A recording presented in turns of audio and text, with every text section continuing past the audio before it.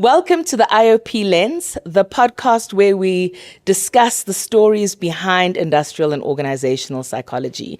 This is about real stories, real people, and the community that has built our profession. I'm Dr. Sane Ngidi, and welcome to the IOP Lens. In today's episode, I'm really excited. We are joined by Professor Nicola Taylor. You will understand why I'm so excited to be joined by her. Let me read you a little bit about her to get us started. So, Prof. Nicola Taylor is an associate professor in industrial psychology and people management at the University of Johannesburg, a special place in my heart, and a registered psychometrist with over 15 years of leadership experience. She specializes in cross-cultural psychological assessment, test development, and reducing bias in the South African context. She's an active contributor to the profession through her work with SIOPSA, and we will dig deeper into that, and other national and international bodies. And so, without further ado, welcome, Prof. Nicola. Thank you, Sane. Thank you so much for joining us. I'm really excited about today's episode because you are the president-elect for SIOPSA. So, incoming president from 1 August, I hand over the reins to you and you lead the society. How are you feeling about it? I don't think I'm as excited about it as you. I'm passionate about leadership development and succession planning, Nicola. No, I'm very excited. It feels like it's been a long time coming, but it's actually been very quick. So yeah, I'm looking forward to it. I think being able to take over the reins from you, you've set such a lovely platform. So really just looking forward to be able to carry that on. Oh, amazing. Nicola, you've got like such a rich history in the society, right? And so as we speak about today's episode around leadership, the future of the profession itself, it would be good to go back to the beginning, your very, very beginning. So let's go to your very, very beginning. How did your story start to becoming an IOP? It's not a conventional story. It's a bit of a long and winding one, but I used to keep score for cricket at school. I did not think that was the direction the story was going in. No. So I used to keep score for cricket at school, and I was very interested in becoming a physiotherapist. So I actually studied a BSc with psychology as an extra subject because I was interested in that sort of space. Mm-hmm. As I went through my first year, I'd also gone for some assessments to determine, is this really the thing for me? And the feedback that I got was perhaps that being a physio would be too sort of hands-on, and I needed to maybe work in a bit more of a research space or a theoretical space. So I continued with my studies, did very well both in physiology and psychology. And I had the opportunity to do my honors in either one of them. And I chose psychology particularly because it studies the body and the mind, the interaction between the body and the mind, where physiology was just the body.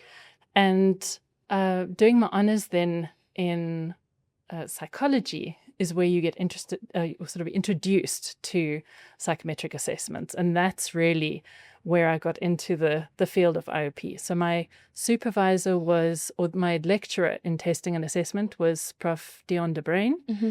And we did a project where we had to develop some personality items for our research project. And when I completed my year, I wasn't accepted into clinical. And it's the only thing I applied for because I wanted to do research in clinical, like scan people's brains, schizophrenia. And I wasn't accepted to that. So I went to go and speak to him about potentially becoming a psychometrist. Mm-hmm. So he said, well, you could do that, but you could also do your master's by dissertation. And here are a couple of topics. So I looked at the topics and I said, you know what, I wasn't really interested in that. I was really interested in developing a personality assessment for the South African context. And his eyes lit up and he's like, I've been wanting to do this for years. And that's where I started. And that was my master's, was developing the basic traits inventory, which is the personality test. So yeah, that's my passion for psychometrics came from. That's not a traditional story. And we're going to go deeper into the assessment piece and that as your career evolved. What I thought was interesting, which is a common piece in other people's stories, is that although people end up in IO psychology, they often know more about clinical. What do you think that's about? Well, look, the basis of IOP is psychology. Yeah. It has to be the understanding of people. And while, let's say, clinical psychology, you might think it's only in the realm of hospitals and so on. Where do people show up? Where do people spend most of their time? It's in the organization. So understanding where you're working with, where people are not functioning at their best. I think it's important to have a good understanding of where psychology can play a really important role in supporting people in the workplace when they're not functioning well. So, yeah. Yeah, and I think to that, it's people see the need for psychology in their everyday lives, or they see it like on TV, like I saw that psychologist or somebody on a couch, but they often don't see it in the workplace. So people often don't think the workplace context is an option from a psychological perspective. Right. Awesome. So you've gone into the IOP field. What happens in your career? Where do you start and how does your career build? Right. So I started on the journey for my master's in research master's. I did my undergrad at Stellenbosch University and my honors at Stellenbosch.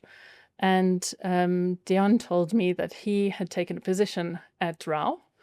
And I had to move. So my choices were to drop the master's, study something different under somebody else, or move to Joburg. So I said, okay, cool, I'm coming with. And moved up to Joburg. And I worked as Dion's research assistant at the Institute for Child and Adult Guidance. And also for a short while working in the university, looking at student throughput and things like that, so student jobs, right? While I was doing my master's. When I completed my master's, we had a personality assessment that it worked, it was valid across people, all sorts of groups.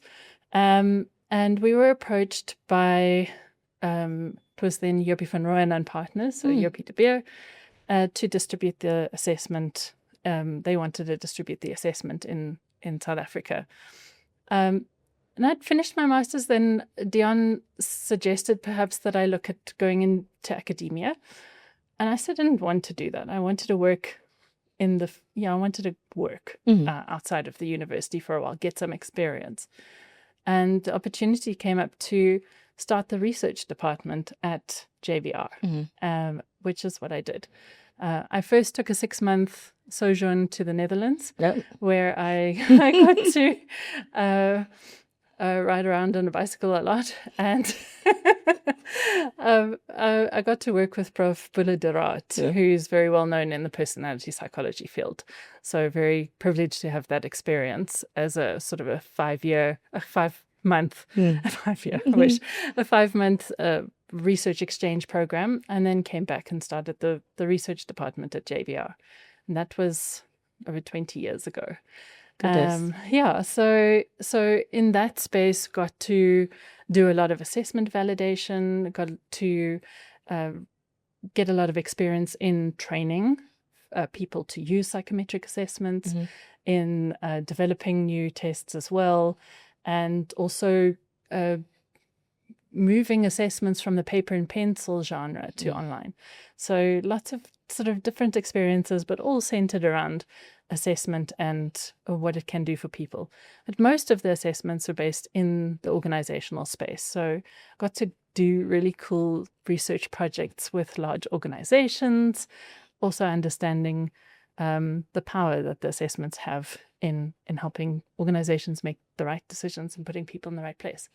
You just gave me post-traumatic flashbacks when you spoke about psychometric assessments in the paper and pencil genre. And I just went all the way back to my internship and working in the multi-choice call center environment and administering psychometric assessments on a monthly basis and weekly, administering, having to capturing, score with writing. transparency. And writing reports.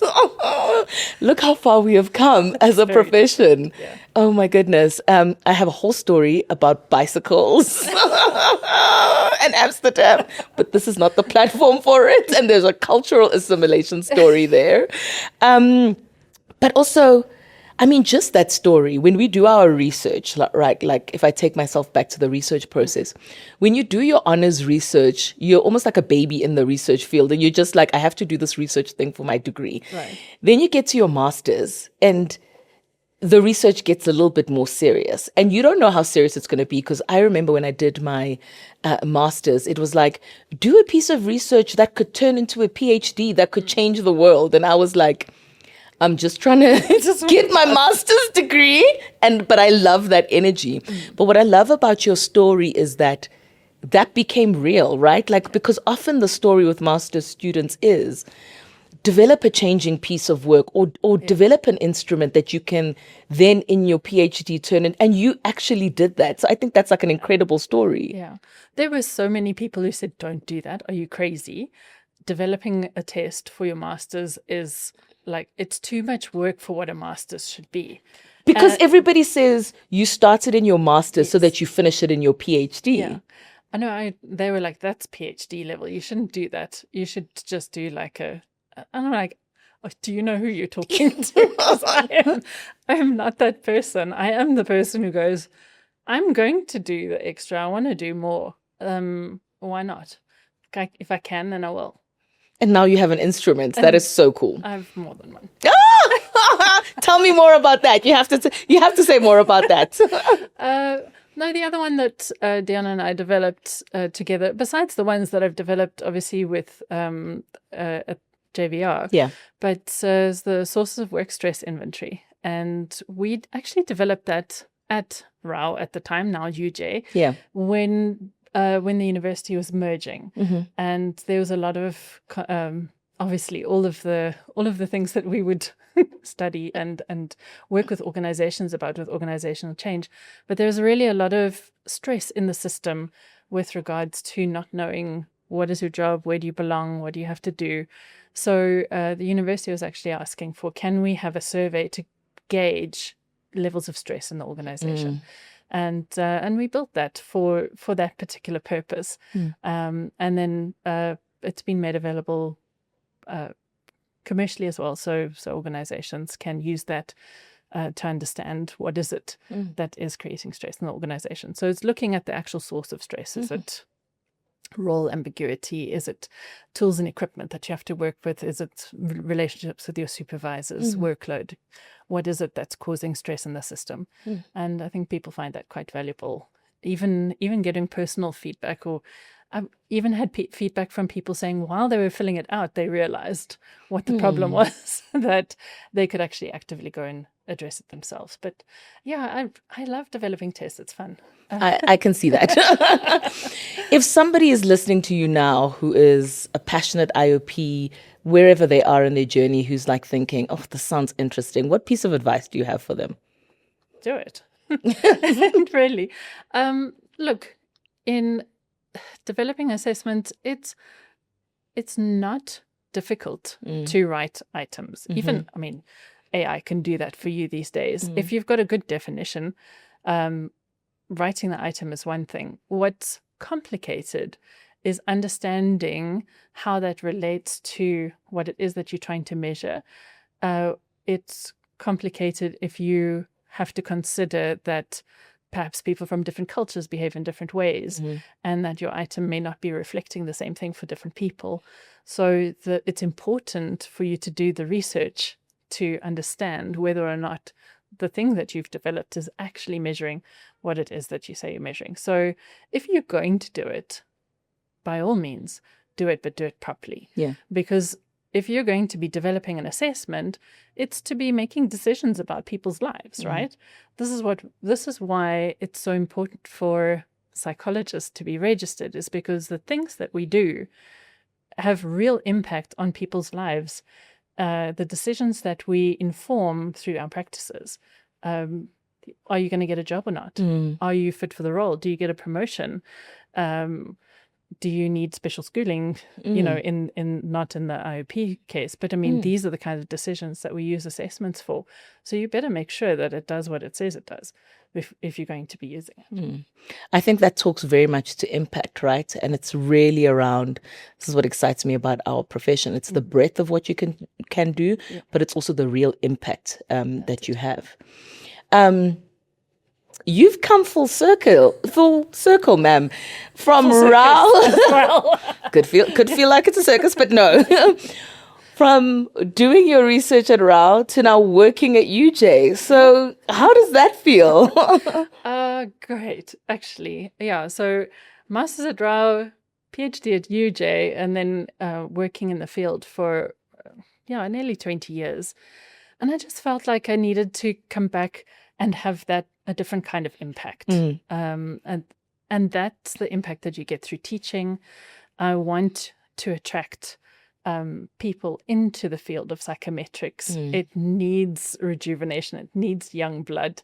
I'm obviously, you can tell I'm very passionate about the subject, but it's to bring or excite people about the field so that they can bring us new stuff. Be excited about what are the new developments. Don't be afraid that just because it's different and it's not the way we've always done it, that it's the wrong thing. Experiment, try, let's create something new. And what I'm really interested in is how can we bring in South African and African ways of doing into the way in which we assess, or to the models or the theories, or anything to do with how we do assessment, because at the moment it's still very Western. And we should be able to make something new and interesting with the capital, I suppose, that we have here. I love UJ. I studied at Wits, but I did my PhD at UJ, so it's like a special place in my heart. Tell me about your PhD. What was that about? So my PhD is a long title. It's Construct, Item and Response Bias Across Cultures in Personality Assessment. Why am I not surprised? You shouldn't be.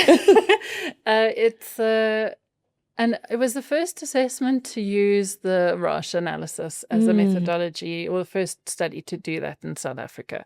So it was also testing a new statistical model. So I got to use my baby, which is the BTI, in my, because it was being used to collect data. I got to use that data to inform my PhD. So I really am a nerd.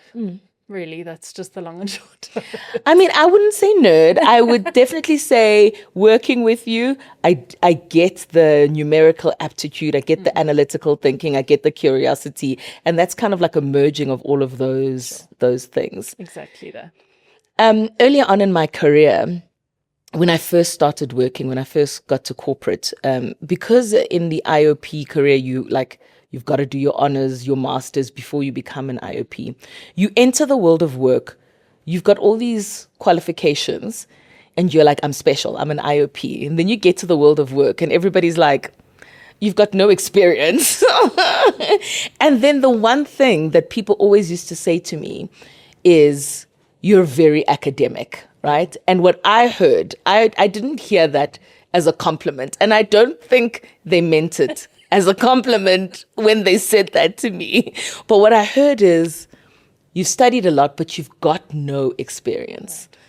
Now, fast forward 20-something years later, I also know that being academic is a compliment. It's not the diss that I thought it was when I first joined, right?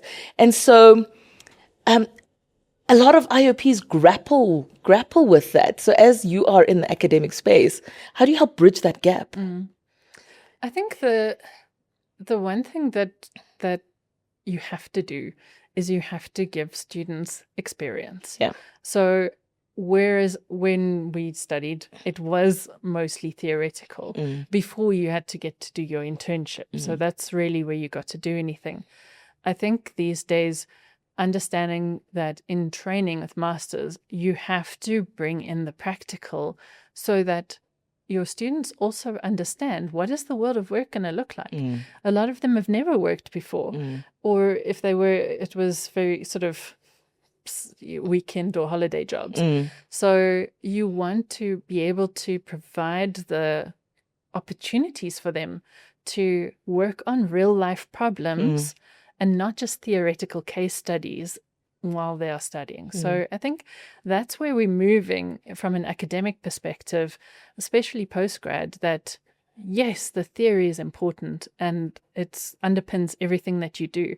But I think everything that you do up to that point really prepares you for that. And when you're doing your master's, you've got to have the theory aspect, but you have to have a very strong practical component that also readies them to be able to go hit the ground running almost in an internship. So I think education doesn't only have to be theoretical. And I don't believe that it should. There's a lot of work being done around like work integrated education, which allows for it's not only the internships, but allows for you to have projects where you're working in collaboration with business to say, businesses, be brave, allow students the opportunity to learn from the problems that you have. Let them have exposure to what's happening in the real world to understand and to be better prepared for when they get there. I, having come out of the multi-choice internship and also seen just across the board organizations who've run really great IOP internships, right? Just the caliber then of professionals that produces, both in the specialist space, but more importantly within organizations, the value of internships it's priceless. It is priceless. It changes a profession, right? When you put that caliber of individuals within an HR function or within an organization to view people practices differently. Absolutely. To say so having that year as IOP intern, even as a psychometrist as well, just understanding how everything that you've been taught plays out in the workplace. But having an internship or having a site of placement where they are supported the whole way through, where they have the opportunity to learn, to ask questions, to really engage. They are not the interns that are just making coffee, right? Or thank goodness there's not so much paper to file anymore, but, not doing filing and making coffee. That's not what an intern should be. 100%. The best internships really just integrate interns into and let them run so that they learn and come out of that with the skills that they need to be fully fledged, independent IOPs. Yeah, I think the movies have ruined us. It's the movies that have like these visions of interns running around holding cups of coffee and running after people. But anyway. Maybe that's in marketing. I'm going to bring you a little closer to home now. SIOPSA. How did your journey start with SIOPSA? Oh, that was also a long time ago. Everything's a long time ago now. That's where we are in our lives. Thankfully, it doesn't look like it. But I actually got involved in SIOPSA quite young. I think I was at 25, 26. And I was cornered at a conference by someone who said, Nicola, you're very vocal, because I can't help it. I'm an extrovert. You should be part of the Joburg branch. So we're going to have a committee meeting. You should be part of this, and we'll see you on this date. So I was like, okay, that sounds like fun. And I got involved through the Joburg branch, where we used to arrange in-person events and once a quarter have a speaker or two come and talk to people for their CPD points. Went from there to being chair of the branch eventually, which sits you on Exco. And then after that, sort of period, got absorbed into EXCO in the CPD coordinator role. And that's, I think, where I really started, let's say, engaging with the HPCSA. At that stage, there were some really, we had to pay something in the region of 40,000 Rand just to have our events accredited Sure. For CPD. And so it was really it felt wrong. So I think working with Fred as well, we actively engaged with the HPCSA and managed to get the board to use the HPCSA model of how they cost these kinds of events. So thankfully, I think when you're in that space and you have that focus, you can really achieve something if you put your mind to it. So setting that up, starting the AOSIS eCPD program was also one of the things that I managed to do in that period of time. And then I'd been in the committee for a long time and I needed a break. So I think I stepped down in about 2012. And still involved a bit on the sidelines, but mostly focused on the work that I needed to do at JVR. And then involved, I'm a committee holic, just in case you weren't aware of that. I'm involved in all the committees. And then Ruwen called me. Ruwen called me and asked me one day, Nicola, in his presidency, maybe let me before he did that, in Natasha's presidency, they decided to award me with honorary membership for my contribution to the field of industrial psychology, which really meant a lot to me. Not as not an IOP, right? As a psychometrist, to be able to be recognized for that contribution to the field is really something special. So that made me one of the elders, as we are called in the society. I will be finding another name. Just give me a few more months. Continue. And then sort of slowly also got involved more on the sidelines with the conference, reviewing abstracts and things like that. So Ruwen then called me in his presidency and said there was a vacancy in the CPD portfolio.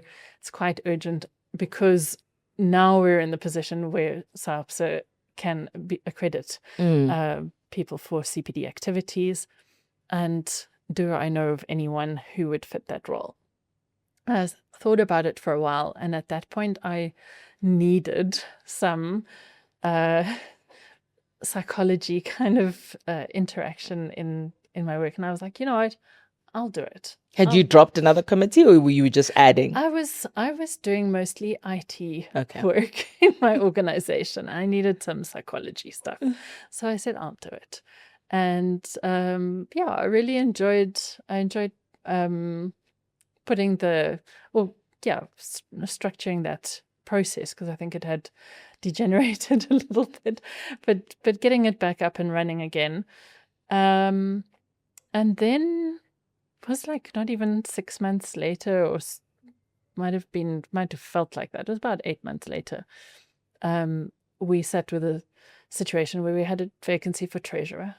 And then I was actually asked if I would step in as treasurer, because I have the institutional history. I know how these things work. I'm quite familiar with the constitution. So I've taken that on, and I figured, well, might as well run for president then if you're in that space. Yeah, I think SIOPSA has a way of building a special place in your heart. And specifically, I can resonate with when you speak about this, the being within your role and feeling a need for an IOP space. Because that's what I felt like. I could live my whole life in my job, in my corporate career, not worried about the whole IOP space. But I knew once a year I'd go to the SIOPSA conference I'd get an injection. All my people. Yeah, I would see all the IOPs in the field. I would see all these people I admired. I'd get an injection of IO psychology and like the impact that we can have in changing organizations. And then I'd remember, hey, I'm an IOP. And then I'd go back into the world. Yeah. And it's inspiring. Yeah. It's to be inspired, Yeah. I think, as well. But look, part of it, I think, is, I think because we care, right? We're in a volunteer organization. If you're in a position of leadership in this organization, it's because you really care about the profession. So everyone that we have in our exco is there because we want IOP to be recognized. We want it to be special, and we want a place exactly where, you know, as you say, where people feel there's a home, right? And it's your intellectual or your professional home. So we're all there just because we care a lot about making sure that it's done right, that it's that it is sustainable and that it can continue. Yeah. In your journey, how have you seen the society evolve from when you started to where we are now? Sure.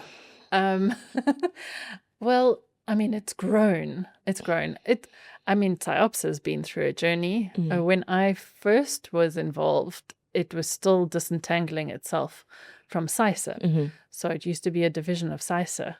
And that was quite a messy divorce. But hey, full of drama, very exciting.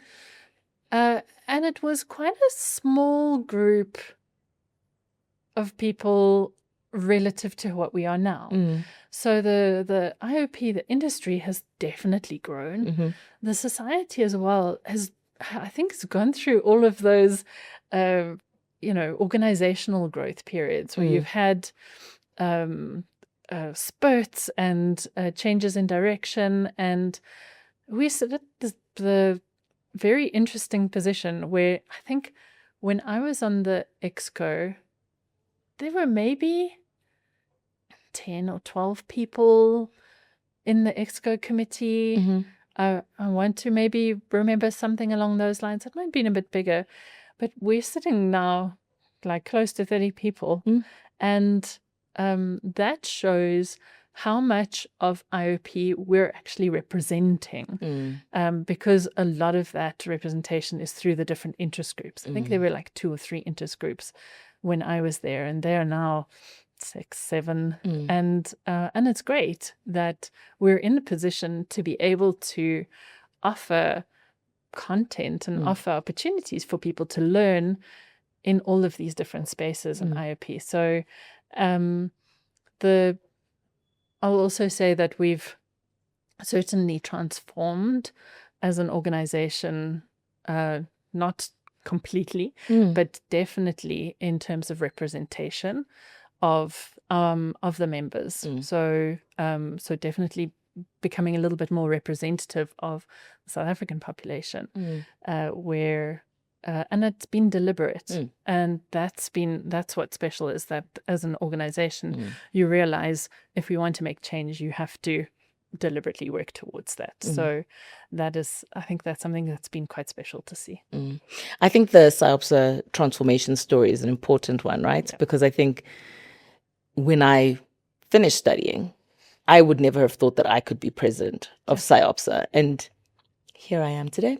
And that's very much seeing transformation at a race level, at a gender level, but even more importantly, the fact that I can be an HR generalist in practice. And I would never have thought that, right? I would have thought that was somebody leading an assessment house. So I think, again, talking to how we're transforming as a profession, but also creating more spaces of inclusion within our society. Yeah. I mean, who would have thought that the psychometrist would be the president of the Society for Industrial Organisational Psychology? And that's what inclusion is about, right? Yeah. That's the whole point of inclusion, is that anyone who's a member of the society should feel that they could be a part of it, that they can contribute meaningfully, that they belong, and that they could be president if they had something, really important to say or do, that there would be space for that. Yeah. If somebody's listening and they're like, what is she talking about interest groups? I love the variety of the interest groups. So tell us a little bit more about that. Right. So they will have to forgive me if I forget any because there are so many. But yeah, so our interest groups really are spaces for people to get together who have similar interests. So we have the let's say interest group for psycholegal work, and that would focus on work that's obviously been done in the psycholegal space. We have mental health at work, which is our baby interest group. It's 2 years old and really flourishing and doing well, especially because there's so much focus on mental health in the workplace. We have PI, which is people assessment in industry, mostly represent a lot of our psychometrists find a home there, but it's not only for that. That really, I think they were mostly an organizational. How do I say? The membership of PI was mostly organizations historically.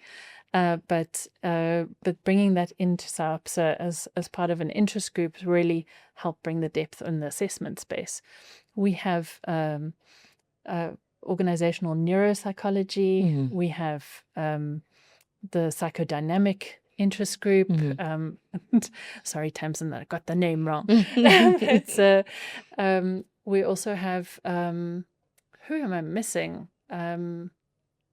I'm like, pick me. I want to answer this question. His BIOP, obviously. His BIOP. And then we have our diversity and inclusion interest groups. There are IGCCP, which is, and that was one of our first. Break down the acronym first. Yes, that was one of our first ones. It's the coaching and consulting psychology interest group. They were actually one of our first, so I should have remembered them first. Yeah.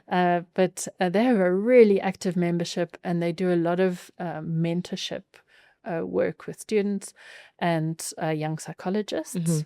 And IGWIP, which is our interest group for emerging work psychologists. And that really is focused on supporting and providing spaces for our young psychologists to develop and grow in the IOP space. I think what's interesting about, or what's nice actually about the interest groups is that they evolve as our profession evolves, right? So new interest groups evolve or get built as fields of psychology or formed. There goes my English. And also, as an IOP, it opens up a lens, or within the IOP field, it opens up a lens to a part of psychology you might not have ever thought of. Right.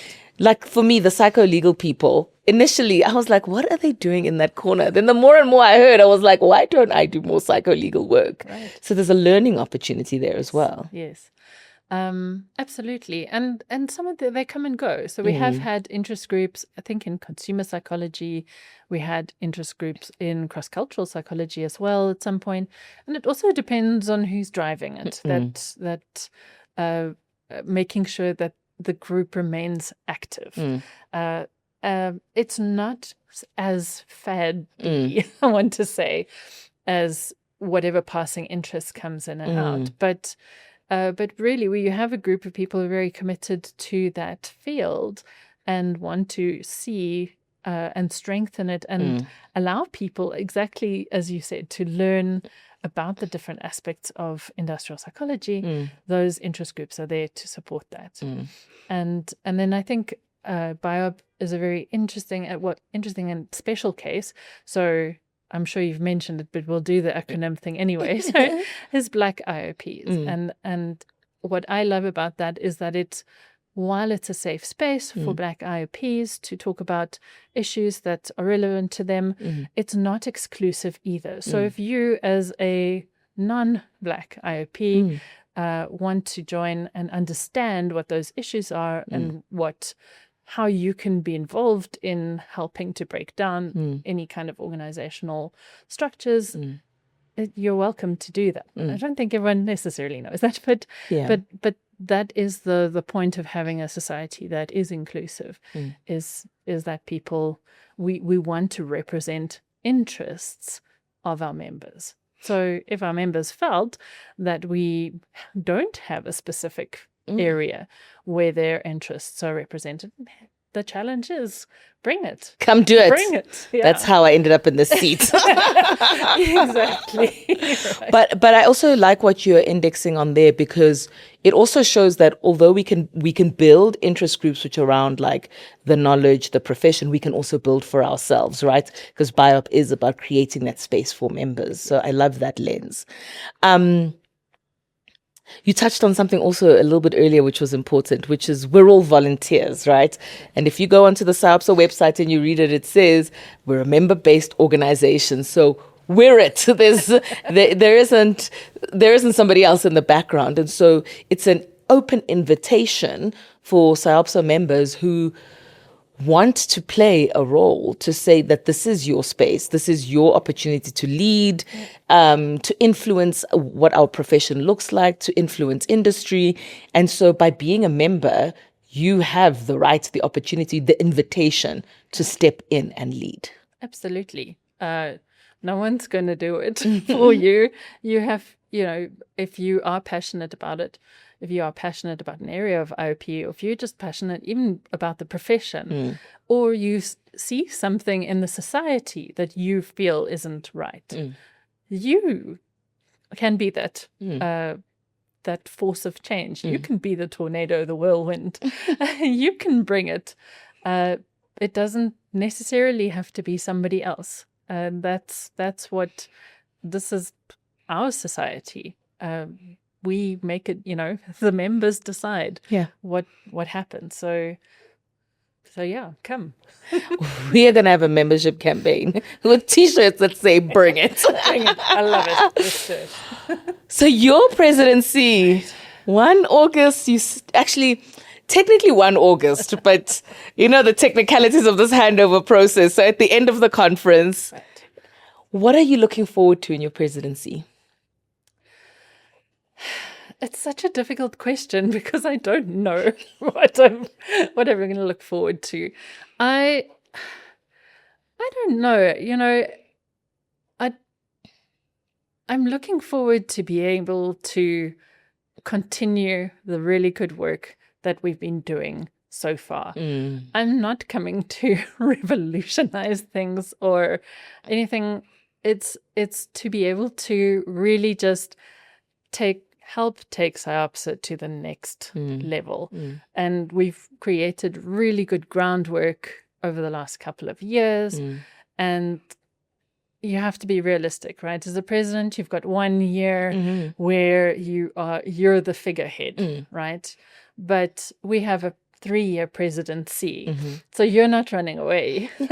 I'll be here. Luckily for me, I have your support.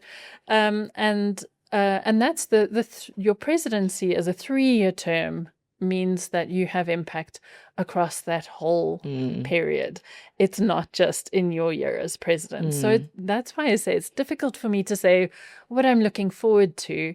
But I'm excited to be able to step into that space, step into the role, and to carry the society for the year period that I have into 2027. I think you said something so beautiful there, in that when we step into presidency, we're carrying on the legacy and the work of presidents past.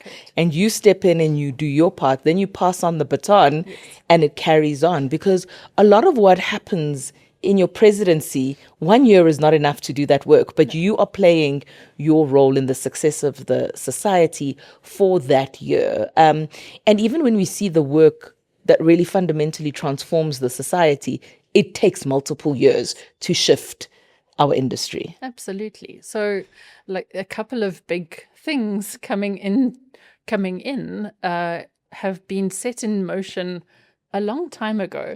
So I can't take credit for this thing happening in my presidency because the wheels were set in motion a long time before and we worked hard up until that point to get it there. So, and it's a we, not a me.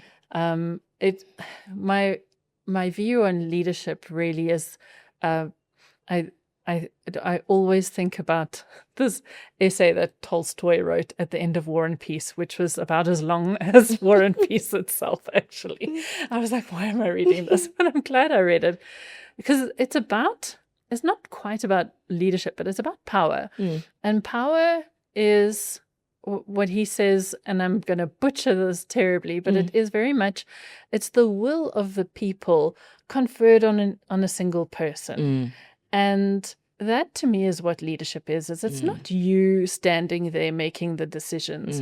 You represent, and especially in a membership organization like SIOPSA, people voted for me for a particular reason. They voted for me because of what I believe in, what I represent, and what I've said is important to me in terms of the values. So my role as a leader then is to execute the will of the members, or the people who put me there, and to make sure that that is carried forward, that the society is sustainable, that we are doing the things that the members want us to do, and that make a difference. So lots of projects that we've started, and so Seema, Rowan, before that, Sharon, all the way back down the line. Right? You're going to have to say every president now. Every president now. I'm going to forget someone. But really amazing work that people have done over the years, building up to the awesome things that we're going to be doing in the future. Yeah.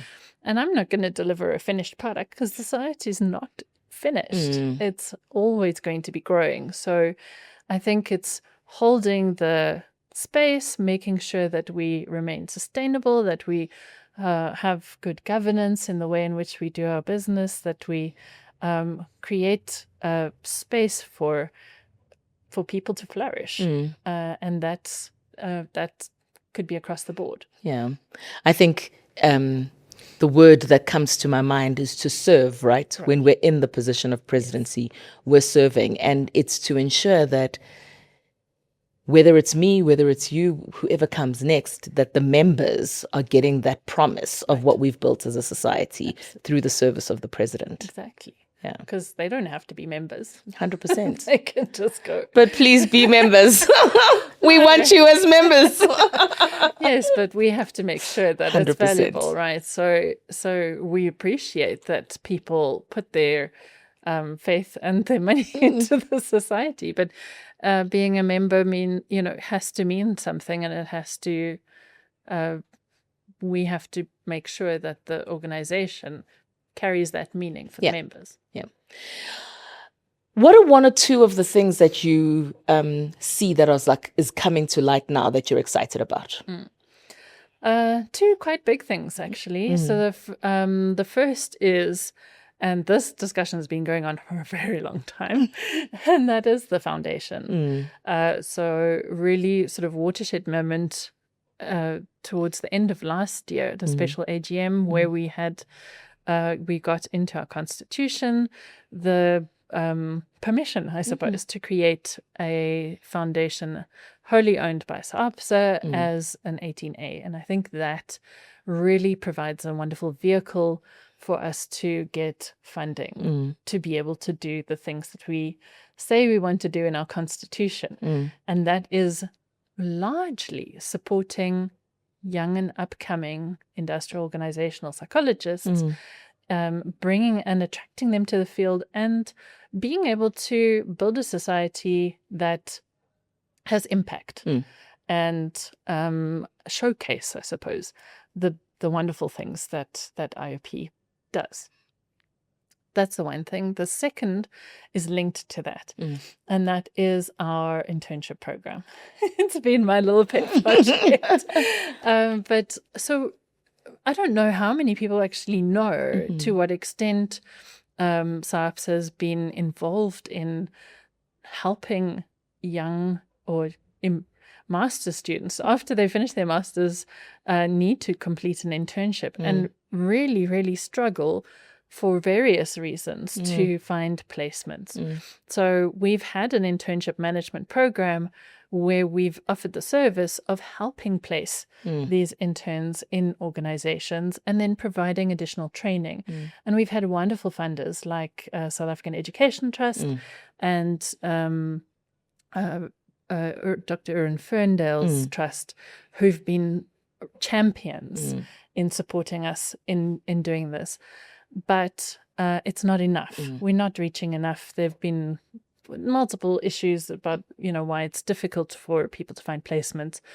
So we've made a decision that we would like to host our own internship to scale up that management program, partnering with organizations, partnering with universities to really be able to make a proper difference and to get numbers. We don't want any master's students because the struggle to get just to that point is hard enough. They shouldn't have to struggle to find an internship. So we're sitting with there were 35 on the last time I checked, still from last year with no internships. So we really need to make sure that we can make a difference there. And that's what we are busy planning and also working with the HPCSA to try and get over the line. So yeah, that's what I'm excited about for next year. Not for next year. It's this year. But for me, those are both great examples of what you spoke about earlier on, right? This is presidents and years in the making to get us to where we are, but also it's work that fundamentally changes the impact of SIOPSA. And so that's really great as well to be able to tangibly see us make a difference, change our industry. Exciting. Yes. So, sure, how are you feeling? How's the countdown? A little bit nervous, to be honest, because I feel like I need to think about it more. But I don't know what to think, right? So, because I think you can plan to an extent. Yeah. But, knowing what is coming, but you only really realize the extent of it once you're in it. Yeah. So I think I'm prepared for that. I think I'm ready for that. I do that with the knowledge safely that I have your support and that the incoming president-elect also forms part of the presidency team. So it's not that I'm going to be on my own.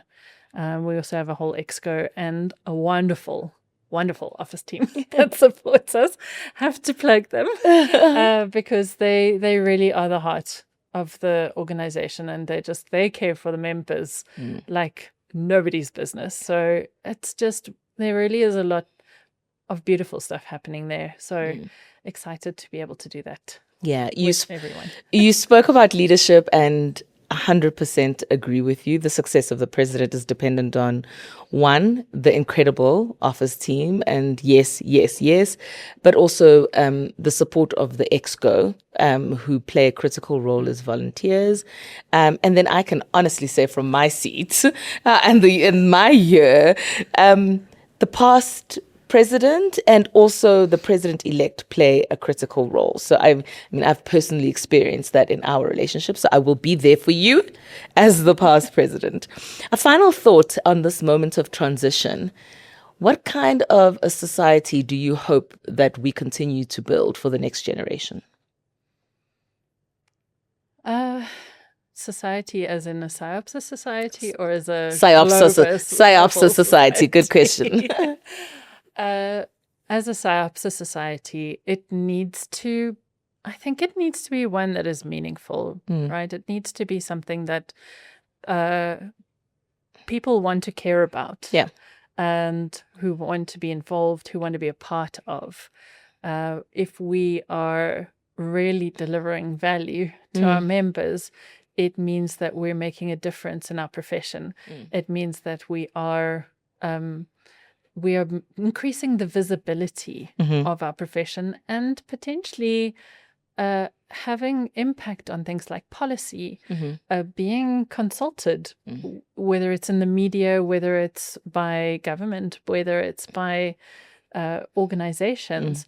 Why are we not the first to be consulted on big issues where we represent industrial organizational psychology or people matters in organizations? So I think